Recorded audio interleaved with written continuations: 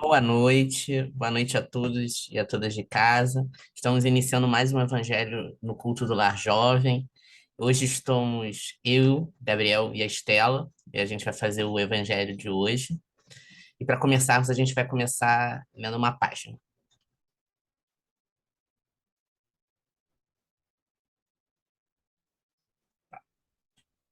É, de onde é mesmo, Estela? Essa página?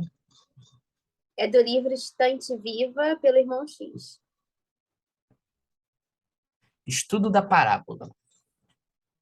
Comentávamos a necessidade da divulgação da doutrina espírita, quando Rabi Zoam ben Osias, distinto orientador israelita, hoje consagrado às verdades do evangelho no mundo espiritual, pediu licença a fim de parafrasear a parábola dos talentos, contada por Jesus, e falou simples: Meus amigos, o Senhor da terra, partido em caráter temporário para fora do mundo, chamou três dos seus servos e, considerando a capacidade de cada um, confiou-lhes algum de seus próprios bens, a título de empréstimo, participando-lhes que os reencontraria mais tarde na vida superior. O primeiro transmitiu o dinheiro, o poder, o conforto, a habilidade e o prestígio. Ao segundo, concedeu a inteligência e a autoridade. E ao terceiro, entregou o conhecimento espírita. Depois de um, tá. Depois de um longo tempo, os três servidores, assustados e vacilantes, compareceram diante do Senhor para as contas necessárias. O primeiro avançou e disse: Abaixa um pouquinho, por favor. Isso. Senhor, cometi muitos disparates e não consegui realizar-te a vontade, que determina o bem para todos os seus súditos. Mas, com os 5 talentos com que me pudeste nas mãos, comecei a cultivar pelo menos com pequenos mínimos resultados. Outros 5, que são o trabalho, o progresso, a amizade, a esperança e a gratidão, em alguns dos companheiros que ficaram no mundo, perdoai-me, ó divino amigo, se não pude fazer mais. O Senhor respondeu tranquilo: Bem, está servo fiel, pois não erraste por intenção. Volta ao campo terrestre e reinicia a obra interrompida, nascendo sob o amparo das afeições que ajudaste. Veio o segundo e alegou: Senhor, digna-te e desculpa-me a incapacidade. Não te pude compreender claramente os desígnios que preceituam a felicidade igual para todas as criaturas e perpetrei lastimáveis enganos. Ainda assim, mobilizei os 2 valores que me deste e com eles angariei outros 2, que são a cultura e a experiência para muitos dos irmãos que permaneceram na retaguarda. O excelso benfeitor replicou satisfeito: Bem está, servo fiel, pois não erraste por intenção. Volta ao campo terrestre e reinicia a obra interrompida, renascendo sob o amparo das afeições que ajudastes. O terceiro adiantou-se e explicou: Senhor, devolvo-te o conhecimento espírita, intocado e puro, qual o recebi na tua magnificência. O conhecimento espírita é a luz, Senhor, e com ele aprendi a tua lei é obra dura demais, atribuindo a cada um conforme as próprias obras. De que modo usar uma lâmpada assim, brilhante e viva, se o homem na terra estão divididos por pesadelos de inveja e ciúme, crueldade e ilusão? Como empregar o clarão de tua verdade sem ferir ou incomodar? E como incomodar ou ferir sem trazer deploráveis consequências para mim próprio? Sabes que a verdade entre os homens cria problemas onde aparece. Em vista disso, tive medo de tua lei e julguei como sendo a medida mais razoável para mim o acomodar-me com o assossego da minha casa. Assim pensando, ocultei o dom que me recomendaste aplicar e restitua-te semelhante riqueza sem o mínimo toque da minha parte. O sublime credor, porém, entre austero e triste, ordenou que o tesouro do conhecimento espírita lhe fosse arrancado e entregou de imediato os 2 colaboradores diligentes que se encaminhariam para a terra, de novo declarando-se incisivo. Servo infiel, não existe para tua negligência outra alternativa senão de me recomeçares toda a tua obra pelo mais obscuros entraves do princípio. Aí, baixa um pouquinho, por favor. Senhor, Senhor, chorou o servo displicente. Onde a tua equidade? Destes aos meus companheiros o dinheiro, o poder, o conforto, a habilidade, o prestígio, a inteligência e a autoridade. E a mim concedestes tão só o conhecimento espírita. Como fazes cair sobre mim todo o peso da tua severidade? O Senhor, entretanto, explicou brandamente: Não desconheces que te atribuí a luz da verdade como sendo o bem maior de todos. Se ambos lhe faltavam discernimento, que lhes podias ter ministrado através do exemplo de que fugiste por medo da responsabilidade de corrigir amando e trabalhar instruindo, escondendo a riqueza que te empresteis, não só te perdestes pelo temor de sofrer e auxiliar, como também prejudicaste a obra deficitária dos teus irmãos, cujos dias no mundo teriam alcançado o maior rendimento do bem eterno, se houvesse recebido o quinhão de amor e serviço, humildade e paciência que lhe negaste. Senhor, Senhor, por quê? Soluçou o infeliz. Por que tamanho rigor se a tua lei é de misericórdia e justiça? Então, os assessores do Senhor conduziam o servo desleal para as sombras do recomeço, esclarecendo a ele que a lei realmente é disciplina e misericórdia e justiça, de misericórdia e justiça, mas como uma diferença para os ignorantes ao do dever. A justiça chega pelo alvará da misericórdia, mas para as criaturas conscientes das próprias obrigações, a misericórdia chega pelo cárcere da justiça. Página longa, normalmente a gente tem páginas mais curtinhas, né? Mas é uma página interessante. Aí vamos começar fazendo agora uma prece, nos concentrando e agradecendo aos nossos guias e amigos por mais esse encontro. Que possamos ter nossos corações preenchidos por amor, sabedoria, pelo conhecimento necessário, que possamos receber as energias que precisamos para nossa vitalidade, para estarmos bem, e que possamos ficar com o nosso coração tranquilo depois desse evangelho. Muito obrigado, guias e amigos, por mais esse encontro, e que possamos sair melhores do que entramos. Muito obrigado, que assim seja. Graças a Deus. Então, agora vamos para o nosso evangelho. E nós vamos ler a parábola dos talentos. O item 6, capítulo 16, não se pode servir a Deus e a mamon. O Senhor age como um homem que, tendo de fazer longa viagem fora de seu país, chamou seus servidores e lhes entregou seus bens. Depois de dar 5 talentos a um, 2 a outro e 1 a outro, a cada um segundo a sua capacidade, partiu imediatamente. Então o que recebeu 5 talentos foi-se, negociou com aquele dinheiro e ganhou 5 outros. O que recebera 2 ganhou do mesmo modo outros tantos. Mas o que apenas recebera um, cavou um buraco na terra e escondeu o dinheiro de seu amo. Passado longo tempo, o amo daqueles servidores voltou e o chamou a contas. Veio o que recebera 5 talentos e lhe apresentou outros 5, dizendo: Senhor, entregaste-me 5 talentos. Aqui estão, além desses, mais 5 que ganhei.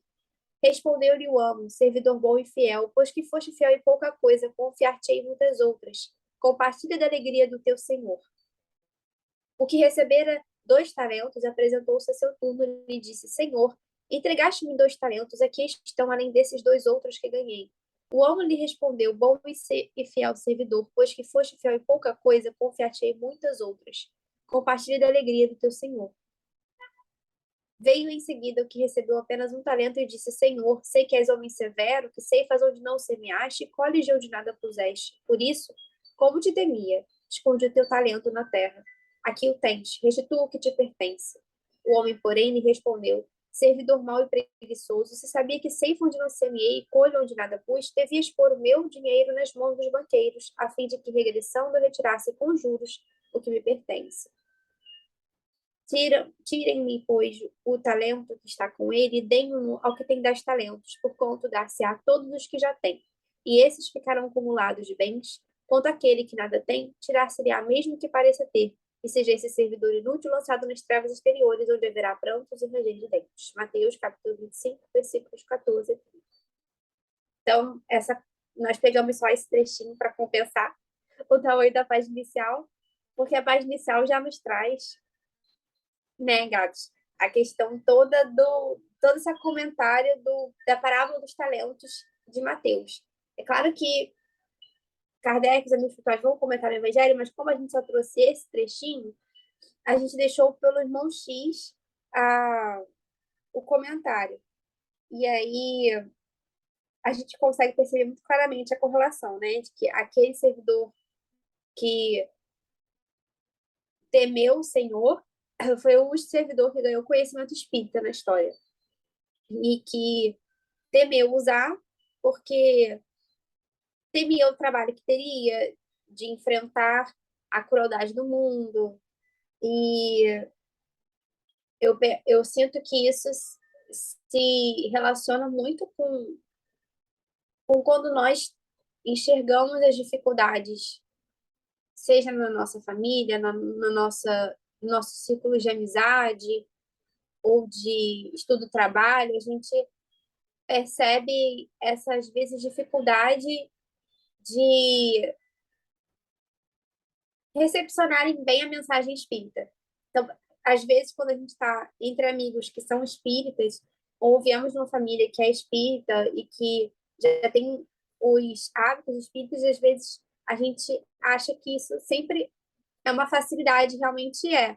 Mas não, isso não nos isenta da possibilidade de expandir esse se comportar espírita e divulgar o que é ser espírita pelas nossas atitudes, mesmo que elas vão contra a maioria. Por exemplo, no espiritismo eu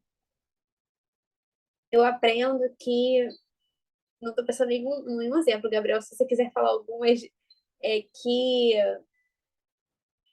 sobre sobre o perdão incondicional. Mas aí eu estou em meio lá de amigos e aconteceu uma coisa entre eu e um outro amigo. E os amigos vão falar, não, mas como você vai perdoar ele? Ele fez um negócio assim, e começa aquela influência assim, dos dizeres do mundo, né? De assim, não, você tem que cultivar o seu auto-respeito isso, você vai perdoar ele. É, e aí, quando a gente tem esse conhecimento espírita de que as coisas vão muito além do que a gente vê com os olhos e que tem muitas vezes muita coisa envolvida espiritualmente falando, e aí a gente começa a ver a importância de perdoar, de... Eu tô pegando um exemplo muito aleatório, mas é porque na minha cabeça. Se tiver alguma coisa mais concreta, às vezes, Gabriel, pode comentar. Mas é que, sei lá, já sei, um exemplo mais concreto. Você brigou com alguém, familiar, amigo, seja quem for, e a pessoa te falou coisas que você ficou muito chateado. Só que aí, às vezes, aquela pessoa ali não era só ela falando. Tinha um irmãozinho do lado dela também, que estava ali adorando aquela discussão. E ele foi e completou todas aquelas falas.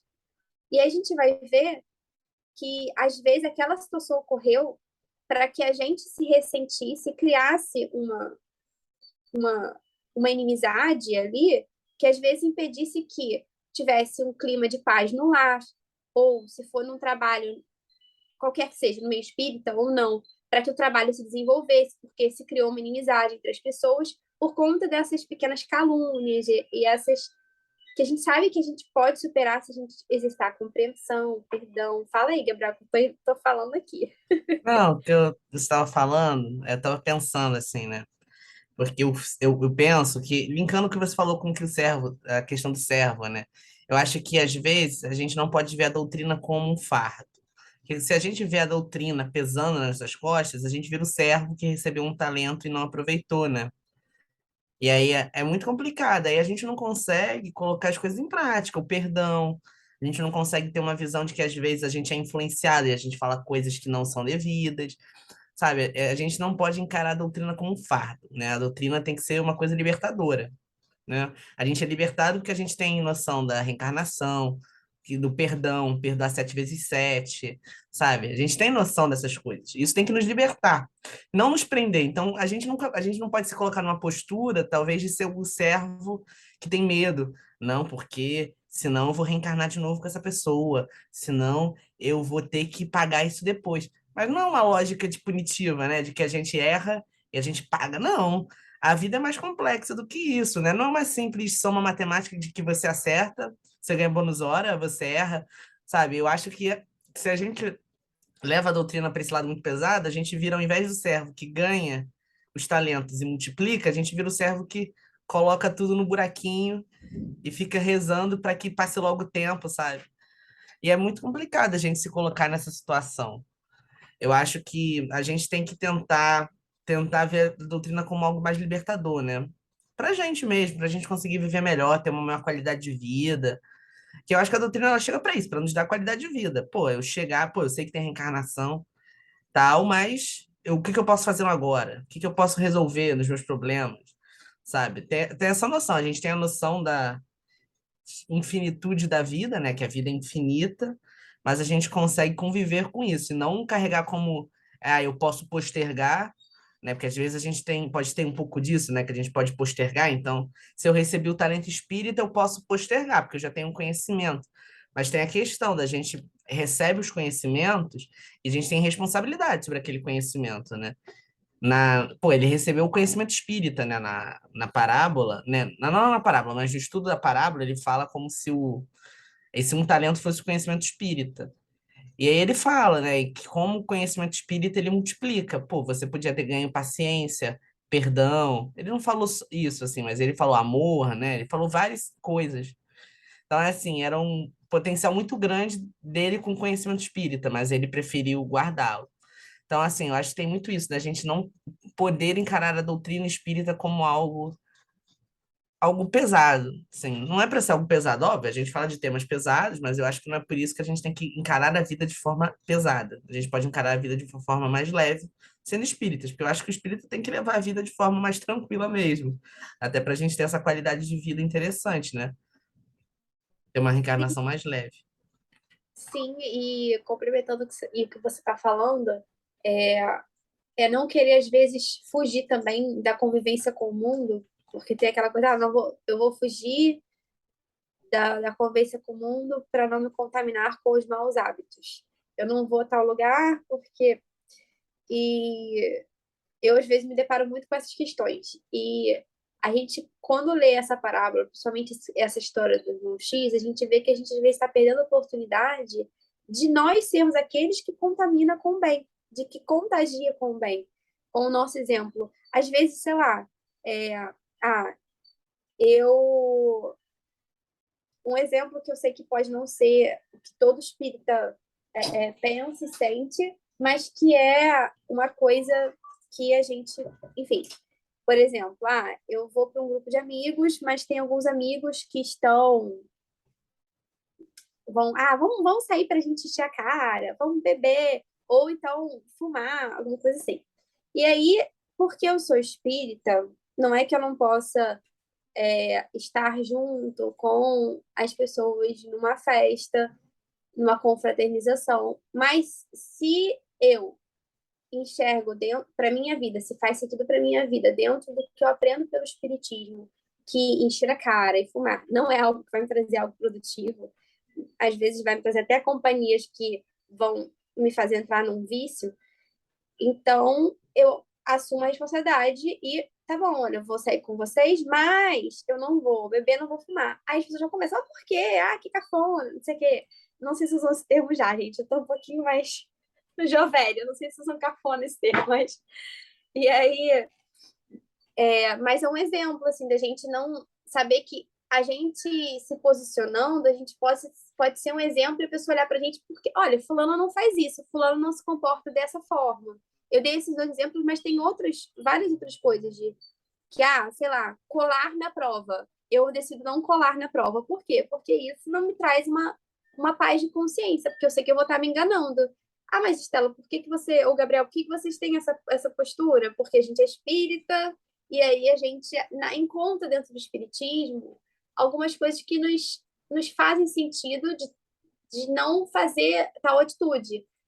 E aí a pessoa já começa, mas é porque eu tô falando isso porque já teve algumas situações de alguns amigos meus, né? Que, por exemplo, nem sabiam que a gente é cristão, né? Que a gente segue Jesus. Aí, quando aconteceu determinada situação, e.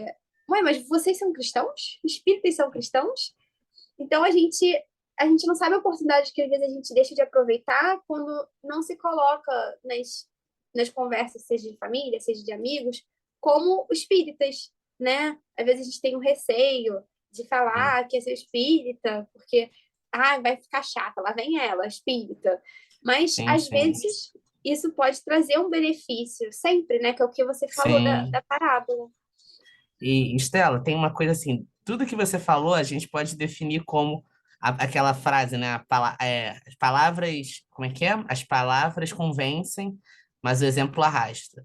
Eu acho que a Exato. gente pode ser o exemplo, eu acho que a gente pode ser o exemplo do espiritismo, assim, como a gente pensa que seriam pessoas do mundo de regeneração, como a gente acha que podemos mostrar no exemplo para as pessoas. Eu acho que a gente, de certa forma, o fardo espírita é tentar ser o exemplo, né? Eu acho que se a gente pode falar que o fardo espírita existe, acho que ele é a gente tentar ser o exemplo. Não necessariamente a gente vai ser o exemplo perfeito, mas a gente vai sempre tentar dar o nosso melhor, né? Exatamente. E Isso que você falou da perfeição é importante, para não colocar também o espiritismo como um fato, senão a gente quer se colocar como exemplo de perfeição e se frustra por não conseguir sim, essa perfeição. porque assim, o maior exemplo a gente tem, que é Jesus. Exatamente. Mas assim, como é que eu posso ser exemplo? Como é que eu posso ser o mensageiro do Cristo se eu não sou Cristo? A gente não vai agir igual Cristo, porque a gente não é Cristo. Mas a gente vai poder, assim, se assemelhar nas ações. É o que a gente pode fazer, né? E se a gente não pode fazer por espontaneidade, porque às vezes a gente não perdoa por espontaneidade, a gente não faz o bem por espontaneidade, que a gente faz pela disciplina, né? É Emmanuel que fala que a É, disciplina precede a espontaneidade, não é? isso, É é a isso. gente ir na disciplina, a gente se disciplinar para perdoar, se disciplinar para sermos melhores e se disciplinar para cultivar os talentos que são nos dados. Então, a gente pode ter o dom da palavra, a gente pode ter já mais facilidade com perdão, a gente tem o nosso corpo, a gente pode usar diversos talentos que nos foram dados para tentar evoluir como pessoas e acho que como coletividade, porque eu acho que é meio difícil assim a gente falar de uma evolução única, sabe? Tipo, eu evoluo e a coletividade fica, sabe? Coletividade que eu tô falando é a família, nosso grupo de amigos. Então, assim, a gente tem que tentar fazer uma coisa assim, que seja interessante para a gente e para o nosso ciclo social, que a gente consiga nos melhorar e usar os nossos talentos, né? Que aí podem ser todas as qualidades que nós temos, pode ser tudo de bom que a gente tem, que eu acho bem interessante da gente conseguir trabalhar eles durante a nossa encarnação. A gente não vai conseguir virar perfeitos e, nossa, mega espíritos evoluídos, mas a gente vai tentar. E vamos chegar num patamar que a gente vai poder olhar a nossa encarnação e falar, cara, foi legal, sabe? Foi uma coisa muito interessante. Sabe, para mim e para as pessoas que estavam à minha volta, porque eu acho que também não é só a gente evoluir, mas a gente também fazer os outros virar um trampolim, né, para os outros poderem melhorar junto com a gente. Que eu acho que os talentos têm muito disso, né? Não é só você pegar o seu talento e multiplicar o seu talento, é você pegar o seu talento e ajudar o do outro, né? Você ser a luzinha da vela que acende a vela do amiguinho, sabe? Eu acho que tem muito disso. Com certeza, exatamente isso. Então, Estelinha, tem mais alguma coisinha para a gente comentar sobre a página?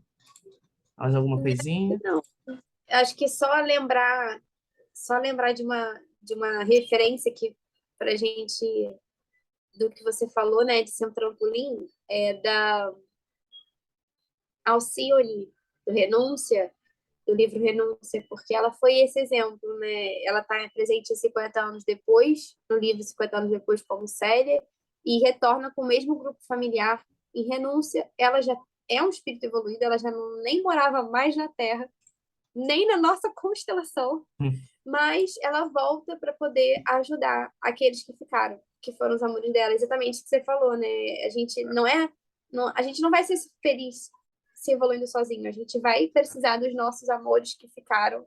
É por isso que o Dr. Bezerra está aí até hoje, ajudando a gente. Ele já poderia estar em outro lugar. hum, Maria já ofereceu para ele para poder evoluir, mas não, ele ama a gente, está aqui cuidando da gente. É muito amor. Um dia a gente chega nesse nível de compreensão, né? sim. Então, é isso, gente. Assim, foi muito bom esse evangelho. Espero que vocês tenham tido um bom carnaval, né? A gente teve nosso especial de carnaval. E é isso. Que muita luz para todo mundo. E agora a Estelinha vai fazer a prece. Obrigada, Senhor, pela oportunidade de estarmos aqui reunidos. Obrigada, amigos espirituais, porque sabemos que muitos irmãos nossos acompanham esse estudo no plano espiritual embora não os vejamos, eles estão presentes. E agradecemos a oportunidade de estarmos aqui reunidos. Que todos nós, mesmo aqueles que estão sintonizando depois, possamos receber essas vibrações de harmonia e paz que nos restauram o equilíbrio psíquico e físico e que nos permitem mais facilmente assimilar